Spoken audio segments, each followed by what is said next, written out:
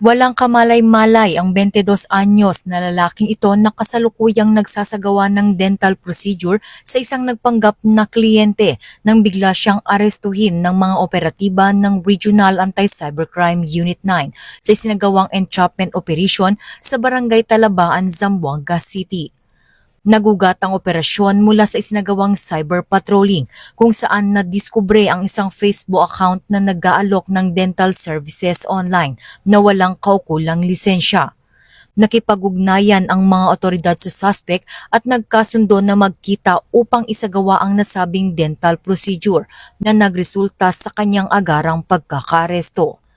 Kasalukuyang nahaharap ang suspect sa kasong paglabag sa Republic Act 9484 o Philippine Dental Act of 2007.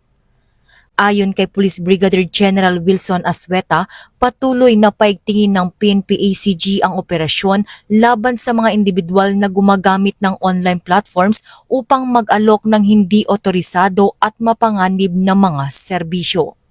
Mula dito sa Campo Crame, ako ang inyong PNN correspondent, Patrolwoman Mary Grace Artizuela, nagbabalita para sa Police News Network, alagad ng batas, tagataguyod ng Balitang Pulis.